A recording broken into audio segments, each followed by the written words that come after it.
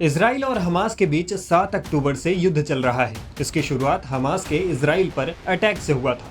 इसके बाद इजराइल ने गाजा में मौजूद हमास के ठिकानों पर ताबड़तोड़ हमले शुरू कर दिए। इजरायली फोर्स ने गाजा को मलबे में तब्दील कर दिया। इसी बीच इस युद्ध में आतंकी संगठन हिजबुल्लाह भी कूद पड़ा। हिजबुल्लाह ने हमास के समर्थन में लेबनान की सीमा की तरफ से इजराइल पर हमले शुरू कर दिए।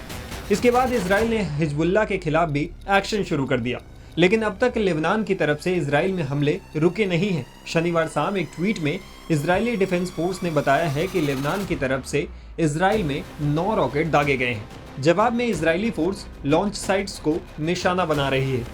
इसी बीच जंग में घिरे इजराइल की मदद के लिए हिंदुस्तान के सुरक्षा बल पहुंचे हुए हैं। भारतीय सुरक्षा बल इजराइल और लेबनान के बीच दक्षिणी सीमा पर बढ़ रहे तनाव के बीच निगरानी कर रहे हैं। United Nations peace keeping force में बड़ी तादाद भारतीय सुरक्षा बलों और इंडियन सर्विसेज की है। भारतीय सुरक्षा बल ये काम यूनाइटेड नेशंस के पीस कीपिंग फोर्स के लिए कर रहे हैं।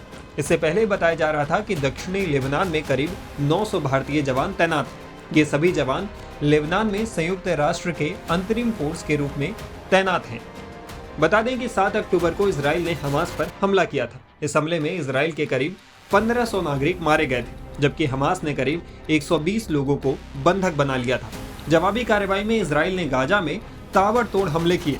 इस हमले में गाजा में 2000 से ज्यादा लोगों के मारे जाने की खबर है।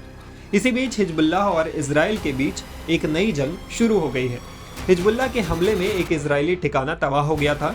जवाबी कार्रवाई के दौरान लेबनान में एक पत्रकार और स्थानीय नागरिक की मौत हो गई थी। टाइम्स नाउ भारत डिजिटल की रिपोर्ट।